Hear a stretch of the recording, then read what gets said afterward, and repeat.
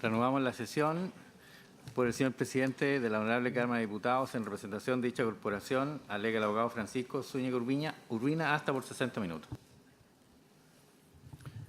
Señor presidente, con su venia, alego en estrados en representación del presidente de la Honorable Cámara de Diputados. En esta causa de cuestión de inconstitucionalidad motivada por dos requerimientos formulados por grupos de senadores y grupos de diputados legitimados procesalmente para deducir la acción de inconstitucionalidad. Antes de abordar las cuestiones de fondo, el presidente de la Honorable Cámara de Diputados me ha pedido hacer presente cuestiones centrales que dicen relación con su comparecencia en este proceso constitucional. Primero, la defensa de la centralidad de la ley, de la primariedad de la ley, la defensa de los fueros del legislador democrático.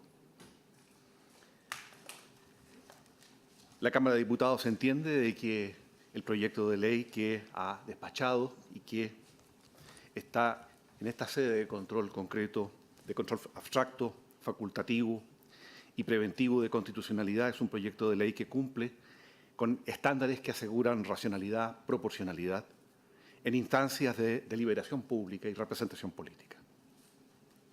La larga tramitación del proyecto, más de 2 años, las asociaciones científicas, médicas escuchadas, las organizaciones no gubernamentales que comparecieron en la Cámara y, por cierto, también en el Senado, las opiniones de especialistas, de juristas que fueron escuchados con motivo del trámite constitucional de la ley, dan cuenta del cumplimiento de estos estándares que persiguen, en último término, que la decisión legislativa esté pasada por el tamiz de principios de publicidad, transparencia, y no solo cumplen con los estándares propios de la deliberación pública y la representación.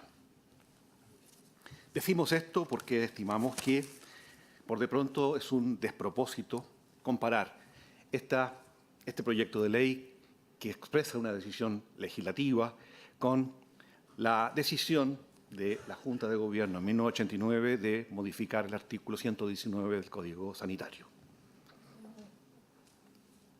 Dicha decisión legislativa es ley nomen juris, obra del órgano legislativo de un gobierno de facto, y entendemos, naturalmente, que la ratio legis no fue la inconstitucionalidad del artículo 119 del Código Sanitario. Un dato que no se ha planteado en estrados, pero que llama poderosamente la atención, es que la norma que nos convoca, la norma central de la Constitución que nos convoca en esta cuestión de constitucionalidad, el artículo 19, número 1, inciso 2, tiene su antecedente directo en el artículo 1, número 1, inciso 2 del Acta Constitucional número 3, vigente de septiembre del año 76. Si hubiese alguna razón de constitucionalidad que hubiese llevado al órgano legislativo del gobierno de facto a derogar el aborto terapéutico fundado en cuestiones de inconstitucionalidad, habría demorado exactamente 13 años en adoptar esa decisión. Llama poderosamente la atención este dato. Y el dato adicional de que este es un cuerpo legal vigente, preconstitucional, en rigor, el del viejo artículo 119 del Código Sanitario, que perfectamente podría haber sido objeto de control por la vía del viejo recurso de inaplicabilidad, cosa que no ocurrió, y por tanto, la cuestión relativa a la constitucionalidad del aborto terapéutico, con motivo de la vigencia del viejo artículo 119, está fuera de discusión. En segundo lugar,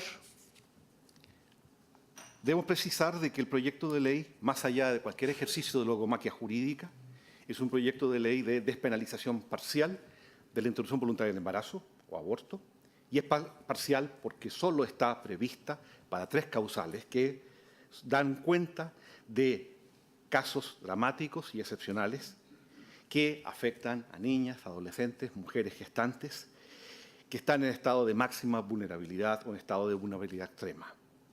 Por tanto, aquí no hay un derecho al aborto asegurado legalmente, aquí no hay feticidio asegurado, justificado con la despenalización, lo que hay es simplemente una decisión legislativa en orden a despenalizar parcialmente una figura que hasta el día de hoy para el Código Sanitario y para el Código Penal constituyen ilícitos. No hay, por tanto, liberalización y, por consiguiente, la distinción que se ha hecho acerca de esta cuestión, despenalización, legalización, legitimación, es solo un juego de palabras, un ejercicio de logomaquia jurídica. Más aún, la protección constitucional del nonato o nasciturus se cumple a cabalidad en el proyecto de ley, dado que éste prevé un conjunto de medidas de resguardo para acreditar, con intervención de profesionales idóneos, las causales, para informar adecuadamente a la mujer gestante, para asegurar la voluntariedad de la decisión de la mujer gestante, un programa de acompañamiento y los resguardos en materia de plazo para hacer operativa la causal en el caso de la tercera causal de interrupción voluntaria del embarazo. En segundo lugar, a título de cuestiones previas, es menester recoger algunos argumentos que me parecen relevantes tanto de los requerimientos de honorables senadores y honorables diputados como de las cuestiones planteadas aquí en estrado hoy, en esta audiencia. Primero, más allá de las cuestiones de estilo y un cierto culteranismo en el requerimiento de los honorables senadores, el recurso a artículos 74, 75, 77 del Código Civil, a la identificación de una supuesta tradición romano-medieval de la que nuestro Código Ibello se hace acreedor en 1855, francamente son irrelevantes. Lo digo con mucho respeto por mis distinguidos contradictores. Y son irrelevantes porque cuando se entabla una acción de inconstitucionalidad, lo que se pone en marcha es a un tribunal constitucional para resolver en torno a un conflicto constitucional, a un conflicto de normas. Y el conflicto de normas, sea abstracto, sea concreto, siempre es un conflicto con normas de la Constitución. No son relevantes las normas sobre tratados internacionales, no son relevantes las normas de la ley, solo a título meramente ilustrativo. Y aquí no puede dejar de observar el hecho de que al menos uno de los requerimientos ocupa una tercera parte de su extensión al derecho internacional convencional de derechos humanos, para terminar sosteniendo de que este es infraconstitucional y desacreditando la decisión de la Corte Interamericana en el caso Artavia Murillo contra Costa Rica. Con el argumento falaz, además de que se trataría dicha decisión de la Corte Interamericana de un obiter dicta que no constituiría precedente. Viene sabida mi opinión respecto al control de convencionalidad. Viene sabida mi opinión sobre el bloque constitucional de derechos. Creo que eso no es relevante. Lo relevante es llamar la atención sobre la evidente contradicción de dedicarle extensas páginas a un canon, tratados internacionales o decisiones de tribunales internacionales o de tribunales extranjeros que simplemente no son relevantes a esta decisión. A lo sumo, Artavia Murillo debería ser, desde la perspectiva mínima del control de convencionalidad, la fuente con la cual este tribunal podría dialogar a la hora de construir su decisión. Pero estamos en presencia de una evidente impropiedad en la que incurren los requerimientos, en la que incurren en audiencia mis distinguidos contradictores. ¿Y por qué se produce esto, excelentísimo tribunal? Porque las dos acciones entabladas simplemente no hay conflicto de normas. No hay conflicto de normas.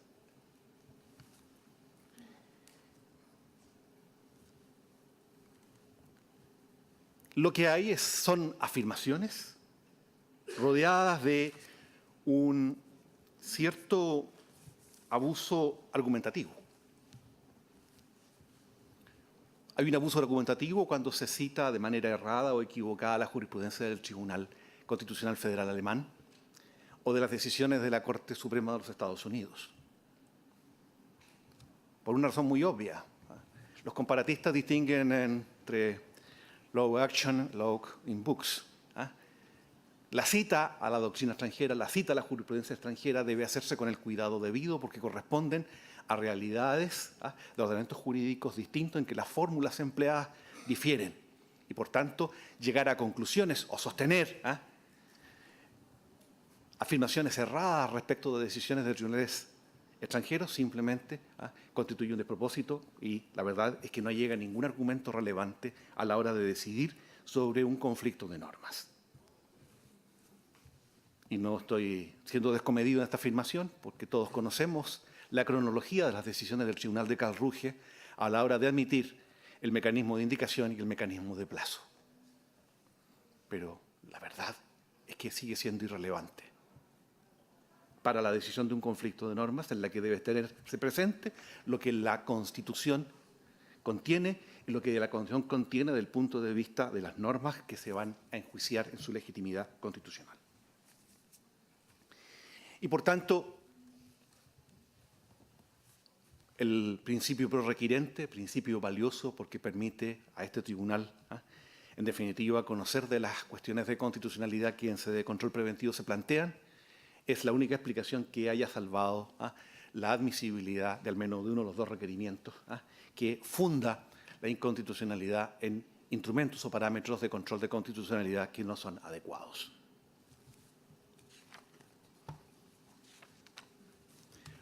Otro abuso argumentativo muy evidente es el que no distingue entre las cuestiones relativas a la lex artis y la praxis médica o la persecución criminal con la racionalidad legislativa, con la densidad normativa, con la proporcionalidad de la ley. También es un abuso argumentativo el recurso al originalismo. Y por dos razones. Primero, porque es sabido que el originalismo, sea el intencionalista o el textualista, no es una regla hermenéutica de primer orden en la interpretación de la Constitución. Segundo, porque la Constitución reformada por más de 39 leyes de reforma constitucional, la Constitución vigente, probablemente no tiene historia fidedigna. Tercero, porque el originalismo textualista o textualista, lo que hace en definitiva, intencionalista, lo que hace en definitiva es anclarnos al pasado desde el punto de vista de la hermenéutica e impide una lectura evolutiva, una lectura que actualice los mandatos constitucionales con la realidad. Podría ser un recurso fácil para quien expone en estrados, en esta audiencia, hacer referencia a los debates habidos en la Comisión de Estudio de la Nueva Constitución y el evidente encomendamiento que esa comisión hace al legislador de la cuestión relativa a la protección de la vida que está por nacer. Pero es un recurso fácil, porque el originalismo no es una regla hermenéutica de primer orden, es una regla auxiliar, complementaria de las reglas que invitan a una interpretación teleológica sistémica de la Constitución. Finalmente, también es un abuso el recurso a afirmaciones retóricas acerca de que esta despenalización es liberalización del aborto y lo que, en definitiva, tiene que decidir el tribunal es una suerte de encrucijada civilizatoria entre aborto y no aborto, entre aborto y vida. La decisión de este tribunal no es frente a esa encrucijada, es simplemente frente al enjuiciamiento de la legitimidad constitucional de un proyecto que despenaliza 3 causales tasadas para situaciones graves, extremas y excepcionales. Planteada esta cuestión, quisiera referirme a las cuestiones de fondo que a nuestro juicio deberían llevar necesariamente a este excelentísimo tribunal a desestimar los requerimientos de inconstitucionalidad. Y este argumento de fondo gira sobre la base del exacto significado que debemos darle al artículo 19, número primero, inciso segundo de la Constitución. ¿Qué es?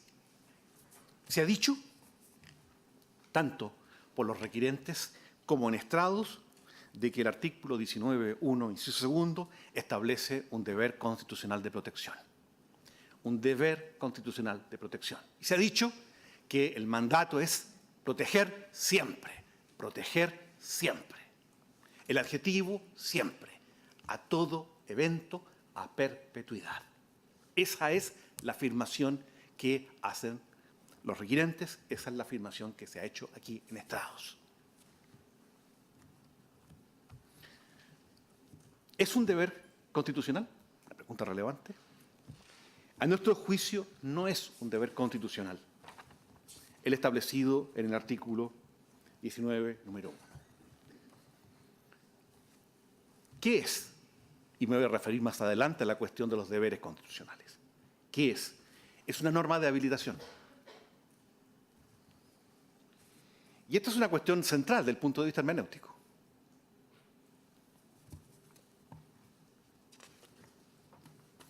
¿Qué significa que sea una norma de habilitación? Significa que, como bien lo señala nuestro medio Eduardo Aldunate, la protección diferenciada que el nonato nascituro tiene en el artículo 19.1 frente a las personas responde a la circunstancia básica de que estamos en presencia de un mandato de habilitación. La cuestión relativa a si el nonato es titular de derechos fundamentales es una cuestión central. Y yo entendía hasta estos requerimientos de que era una cuestión despejada, dogmáticamente. El nascituro nonato no es persona, no es titular de derechos fundamentales, es objeto de protección en razón de bienes o intereses constitucionalmente legítimos. Y ese es el sentido que la Constitución haya adoptado la vieja fórmula del Código Civil disponiendo que la ley protege la vida que está por nacer. ¿Cómo llegamos a esta afirmación de que el artículo 19.1 establece una norma de habilitación? Examinando la cuestión desde la perspectiva de la teoría de las normas. Y este no es un prurito positivista, sino una cuestión básica. De la perspectiva de la teoría de las normas, la Constitución es un subsistema normativo y fundamental que establece finalmente reglas de competencia. Y de esta perspectiva, sus normas pueden ser primarias, secundarias, y tiene una particularidad, que la subraya Julius Hart: las normas constitucionales son de textura abierta. Y esa particularidad, esa peculiaridad de las normas constitucionales le imprime un especial sello y desafío argumentativo al Tribunal Constitucional a la hora de establecer el conflicto constitucional y a la hora de declarar inconstitucional un proyecto de ley porque es una decisión de última ratio.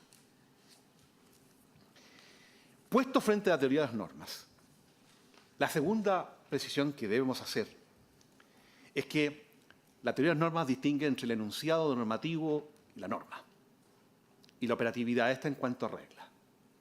El enunciado normativo es la formulación lingüística, texto y contexto. La norma es la significación que dicho enunciado normativo tiene, transformada en regla de comportamiento.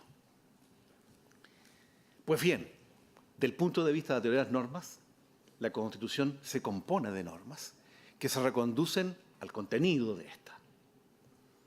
Un viejo profesor español, Adolfo Posadas, hizo un aporte imperecedero cuando recogió esa distinción entre la parte dogmática y la parte orgánica de la Constitución, recogiendo la distinción de los krausistas Ginar y Calderón. Esa distinción mira al contenido. No es una distinción muy distinta a la que hace la moderna teoría de las normas cuando distingue entre normas de conducta y normas de organización. Esa suma divisio, normas de conducta, normas de organización, es la suma divisio conforme a la cual, a mi juicio, deberían ser explicadas las normas del artículo 19, en particular la del 19, número 1, inciso segundo. Y determinar en qué medida esas reglas de conducta, esas reglas de organización, son reglas de competencia positiva o negativa. Y esa es la cuestión planteada de manera abierta. el ejercicio hecho a propósito del artículo 19, número 1, inciso 2, que pretende ver en esa norma un deber constitucional, olvida que la vieja fórmula del artículo 1 del Código Civil, cuando define la ley, a partir de la trilogía mandar, prohibir y permitir, es una trilogía de funciones normativas absolutamente superada. Kelsen, tanto en la segunda edición de la Teoría Pura del Derecho de 1960 como en la obra póstuma, Teoría General de las Normas, identifica en las normas las siguientes funciones: mandar, decretar o regular, permitir, autorizar o habilitar y derogar. Y todas ellas se plasman en enunciados de deber ser o solen. Es decir, hay una concepción en la teoría de las normas absolutamente abierta respecto del contenido de estas. Y lo que tenemos en el 19, número 1, inciso 2, es simplemente una norma de habilitación. Utilizando a juristas de lengua alemana como el jurista suizo Hans Huber o Scheuner, o a juristas alemanes como españoles como Rubio Llorente y Torre de Moral, podríamos clasificar las normas constitucionales en 6 categorías, básicamente. Primero, normas declarativas y normas de principio, recogidas básicamente en el capítulo 1, sobre bases de la institucionalidad. Segundo, normas de reconocimiento de derechos fundamentales, garantías y deberes.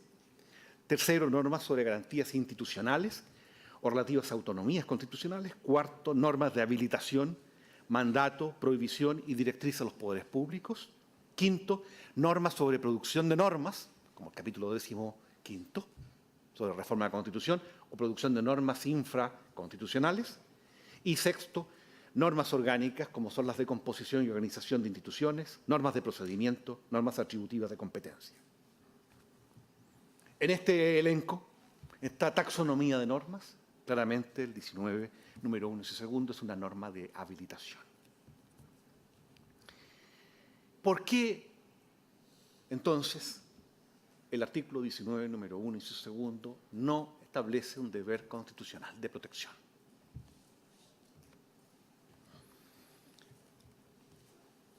Bien sabe este tribunal que los deberes constitucionales son probablemente el hermano pobre de la dogmática constitucional.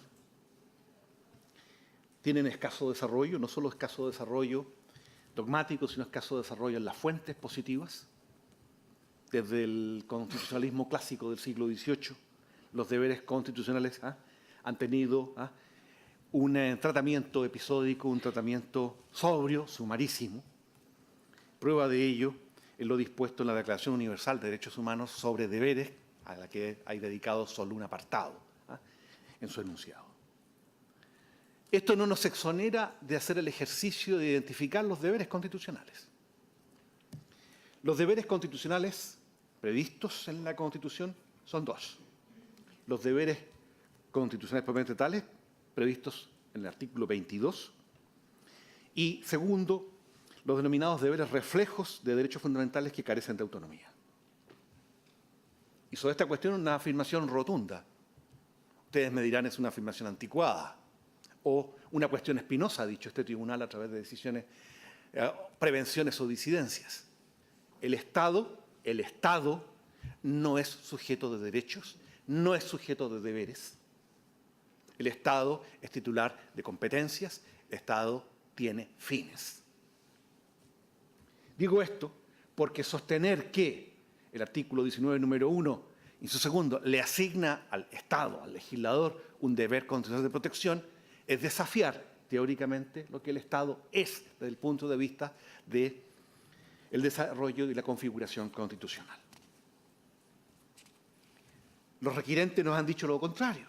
Los requirentes señalan, en los libelos como en estrados, que el 19, número 1 y su 2 es un deber constitucional que impone una obligación de protección dirigida al legislador y al Estado, enunciado que tendría un sujeto activo obligado, el legislador, un sujeto pasivo o destinatario, el nasciturus, un medio, la ley, un objeto, la vida, el nonato. Todo con un verbo rector, proteger. Y se agrega siempre proteger. Siempre proteger. Ese adjetivo que no está en el artículo 19, número 1 y su 2. Y la hermenéutica de la Constitución no puede divorciarse del texto. ¿Por qué esta afirmación respecto del Estado?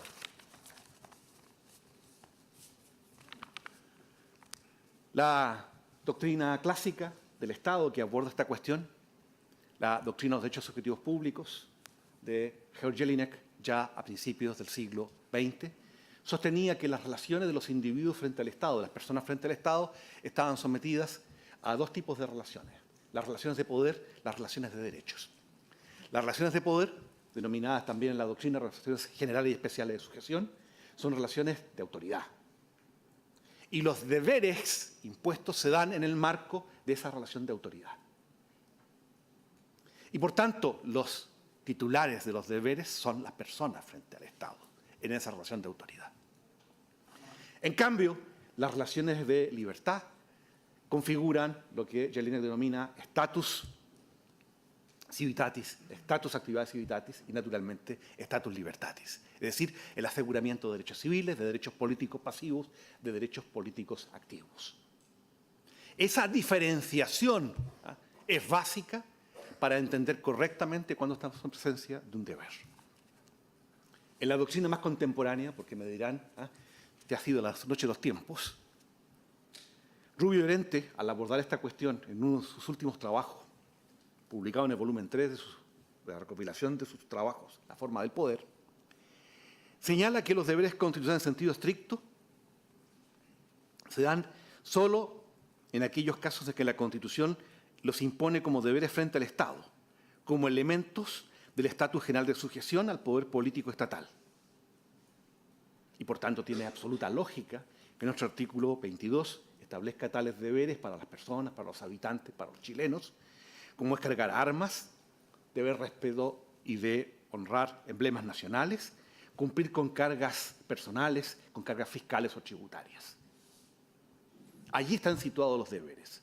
Y por ende, cuando la Constitución emplea el término deber para designar una actividad, una finalidad que el Estado debe desarrollar, como ocurre, por ejemplo, en el artículo 1, inciso final, o en el artículo 19, número 8, propósito de la preservación de la naturaleza, o la conservación del patrimonio ambiental, lo que el Estado está haciendo, la Constitución está haciendo, es asignar en la Constitución fines cometidos a la actividad estatal. No está asignándole en rigor al Estado deberes. Y por tanto, esta es una cuestión conceptual básica para auxiliarnos de la teoría constitucional, de la teoría de Estado, para resolver una cuestión: si hay o no un conflicto constitucional aquí. El propio Rubio nos propone, Rubio Llorente, viejo magistrado del Tribunal Constitucional Español, uno de los más egregios juristas españoles, dice 3 tipos de deberes: los deberes impuestos en interés del Estado, los deberes que sirven al interés de la nación, los deberes anómalos, que se justifican en razón de diversos fines, pero siempre referidos a las personas, puestas en posición de deber por la relación de autoridad que el Estado tiene respecto de ellas.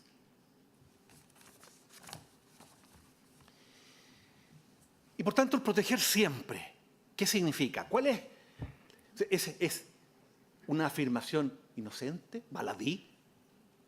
El proteger siempre es una afirmación insidiosa, Excelentísimo Tribunal. El proteger siempre es una afirmación insidiosa porque supone una inferencia lógica inaceptable. ¿Cuál es esta? Proteger siempre significa que el actual estándar de protección que brinda el 354 del Código Penal o el artículo 119 del Código Sanitario al nonato es un estándar inmodificable.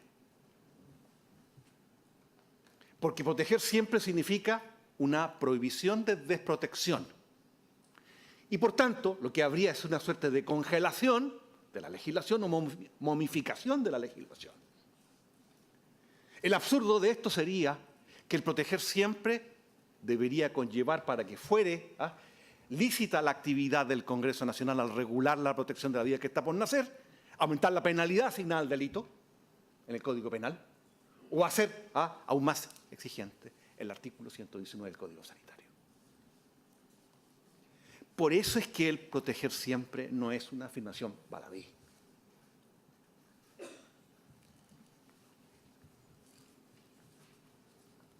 Desde el punto de vista de la protección. Del artículo 19, número 1, del mandato de habilitación. ¿Cuáles son las reglas de competencia que este artículo 19, número 1 y su segundo importan?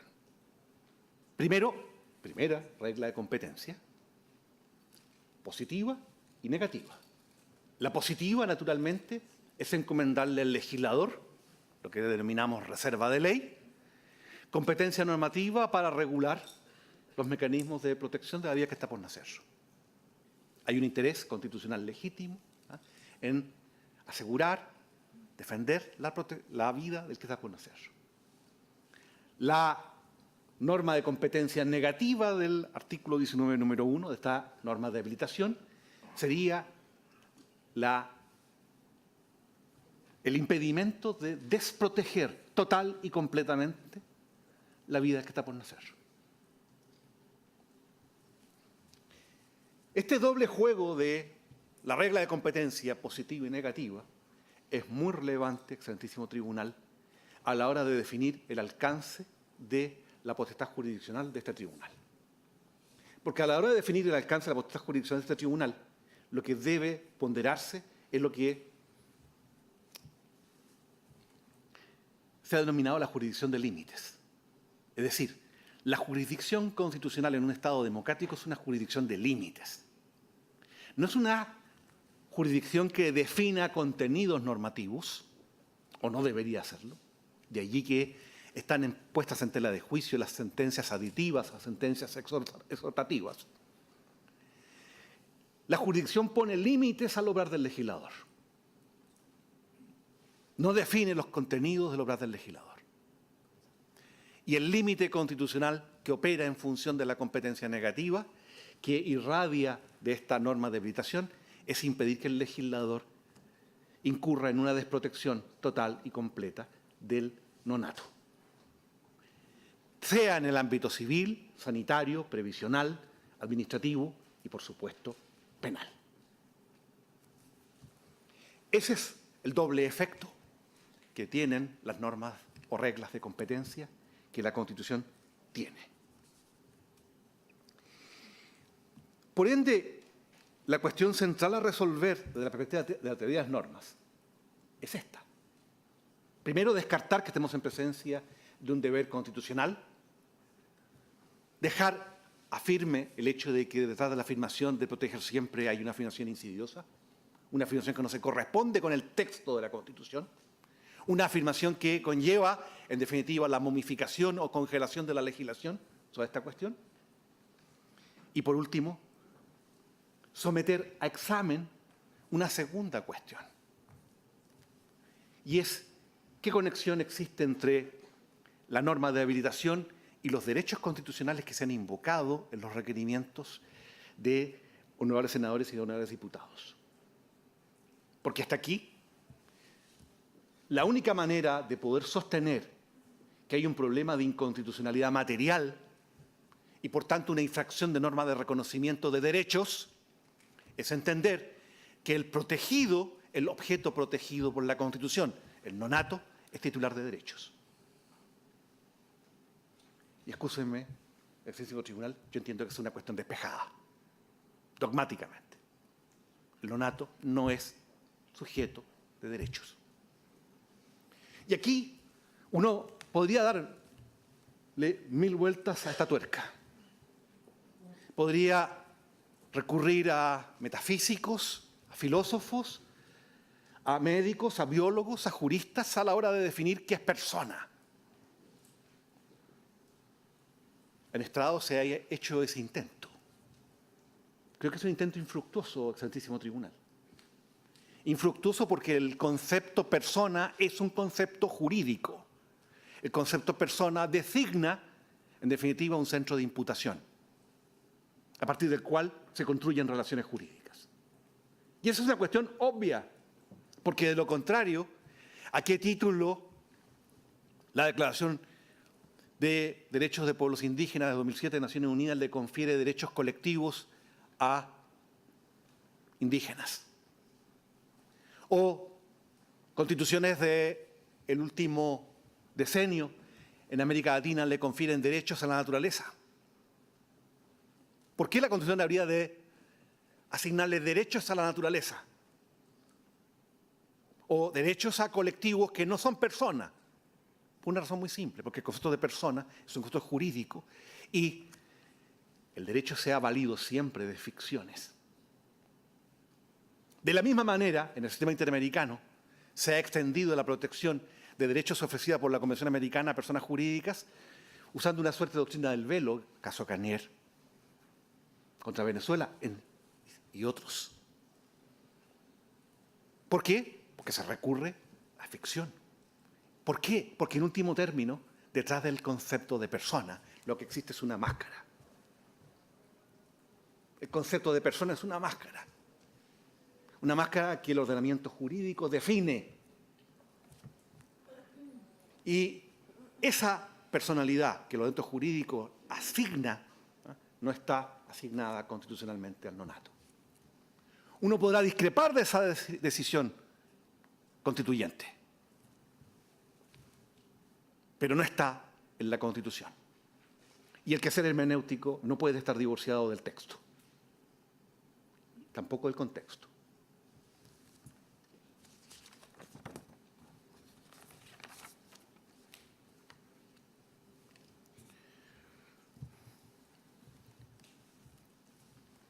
Existe una segunda cuestión relativa también a las reglas de competencia.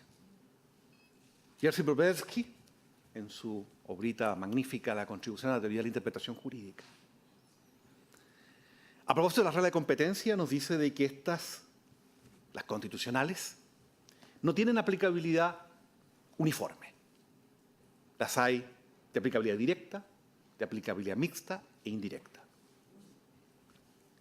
Desde el punto de vista de la aplicabilidad, esta norma de habilitación del artículo 19, número 1, inciso segundo, es una norma de aplicabilidad indirecta encomendada a la ley. Y esta es una cuestión muy central para quien alega aquí en representación de la Cámara de Diputados.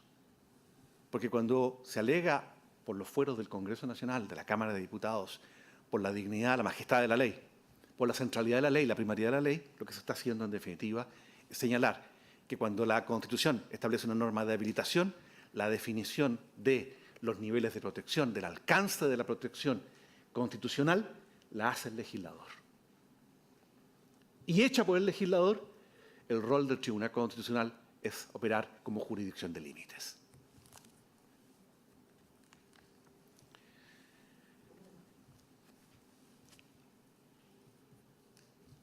Un jurista alemán contemporáneo, Ernst Wolfgang Böckenförde, nos recuerda que desde el punto de vista de la interpretación de normas constitucionales, en particular normas relativas a derechos, deberes, garantías,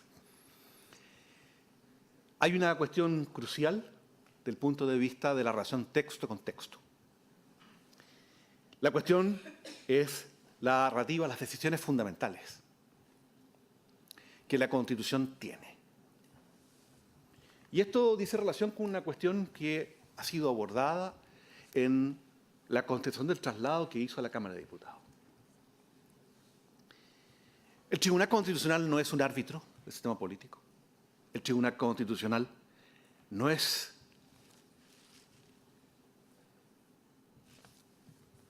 un órgano político. El Tribunal Constitucional es simplemente un tribunal. Rubio Llorente diría tan menesteroso como cualquier tribunal.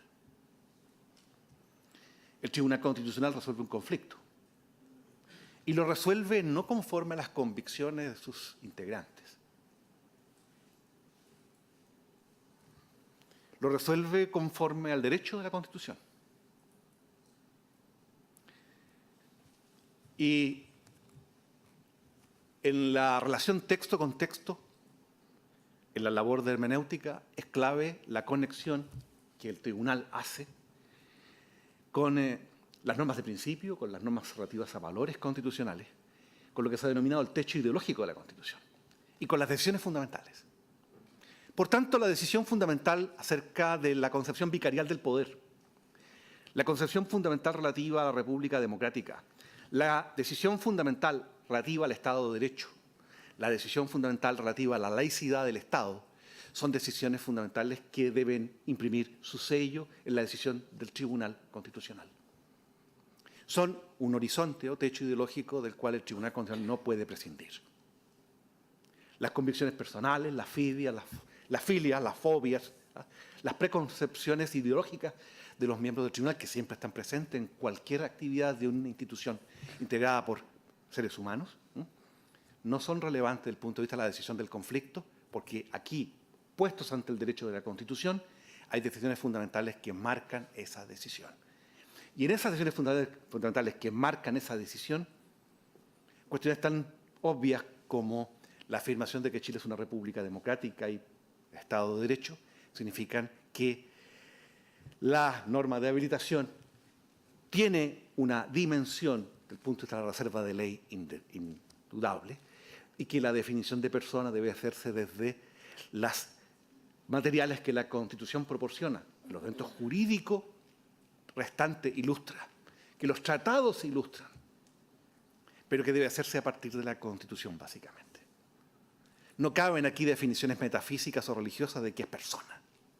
Aquí lo que corresponde es hacer una definición, hacerse cargo de una definición de persona coherente con la Constitución como sistema de normas y coherente, por obvia no lo digo, la laicidad del Estado.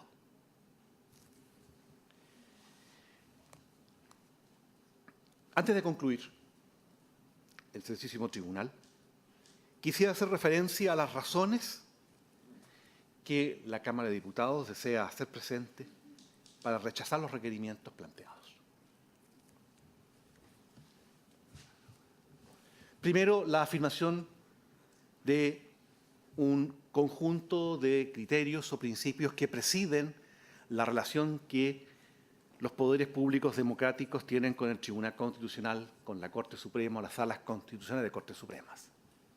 Esto tiene amplio desarrollo en la dogmática, que aquilatan básicamente en dos criterios que son básicos: la presunción de constitucionalidad de la ley y la deferencia razonada que el tribunal debe a los poderes públicos democráticos.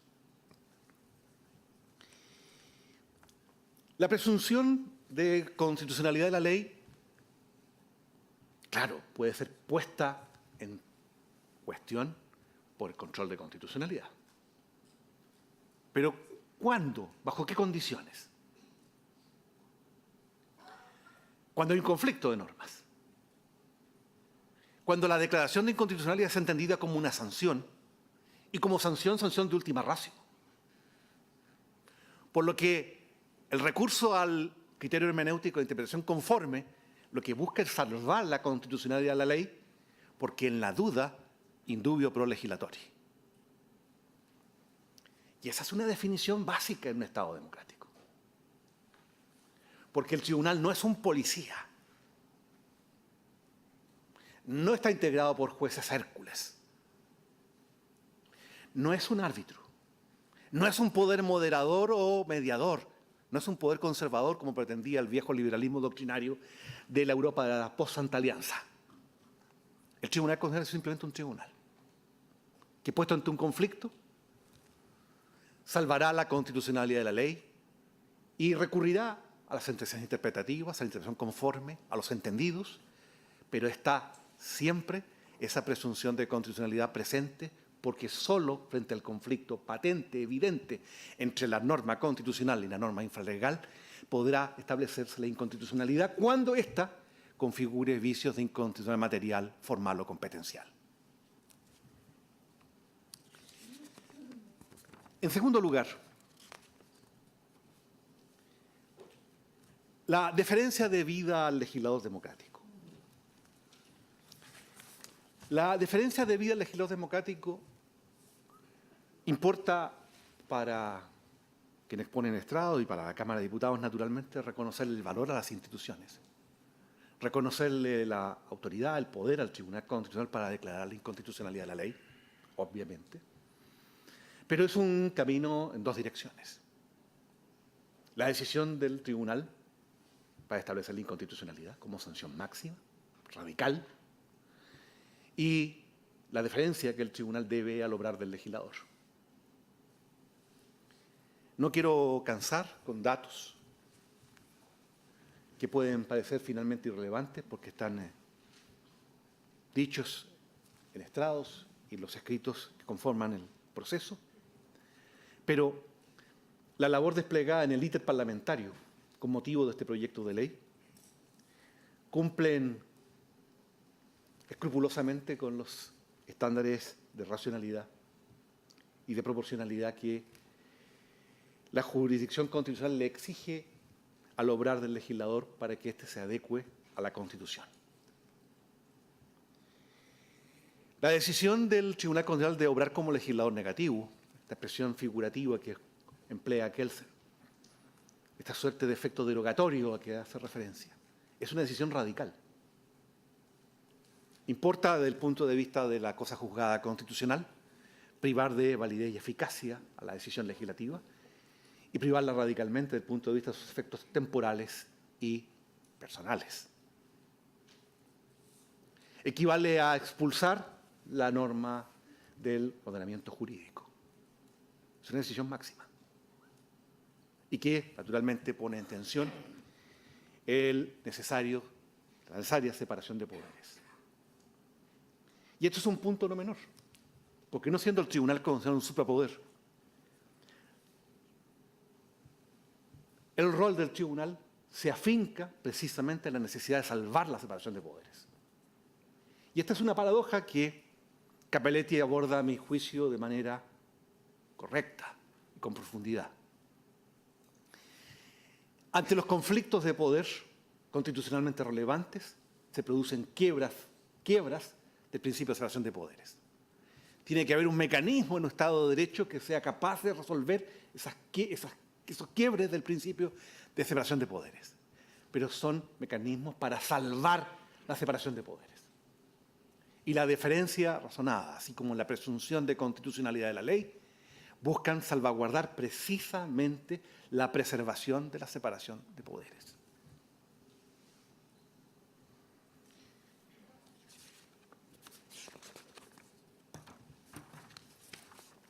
Decíamos respecto del rol del Tribunal Constitucional que entendíamos que no era un árbitro, que no era suprapoder, que no era moderador, no era poder neutro, simplemente un tribunal.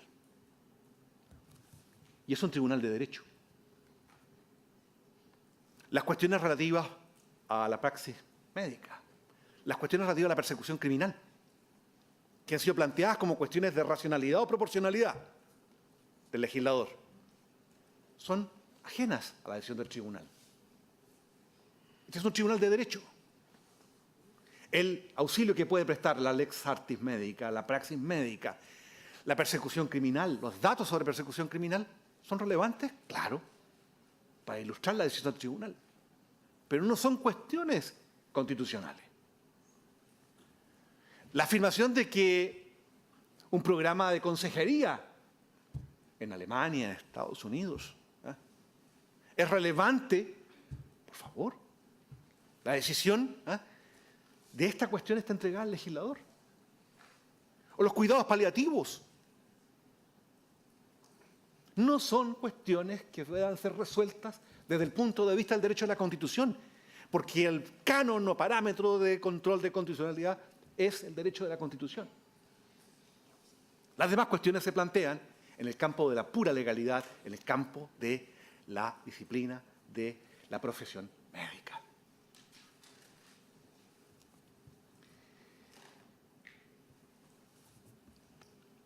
El tribunal es un tribunal de derecho. En un Estado de Derecho no nos enfrentamos a un tribunal de hombres sabios, justos, que adoptan decisiones en función de un orden material de valores o de un sano sentido de la justicia. Un tribunal así constituiría lo que tanto Schmidt y Kelsen, en las antípodas ambos, sería un tribunal con un poder insoportable. No solo insoportable para los ciudadanos, sino insoportable para los poderes públicos. Pues sería entregarle la decisión de conflictos de poder a quien no es tercero independiente e imparcial, a quien, en definitiva, no falla conforme al derecho de la Constitución. Por tanto, cuando se plantea por la vía de la acción de inconstitucionalidad este control preventivo y facultativo que busca enjuiciar el proyecto aprobado por las cámaras, lo que espera la Cámara de Diputados es una decisión de un tribunal de derecho, y la espera confiada, además. ¿Y por qué la decisión de un tribunal de derecho?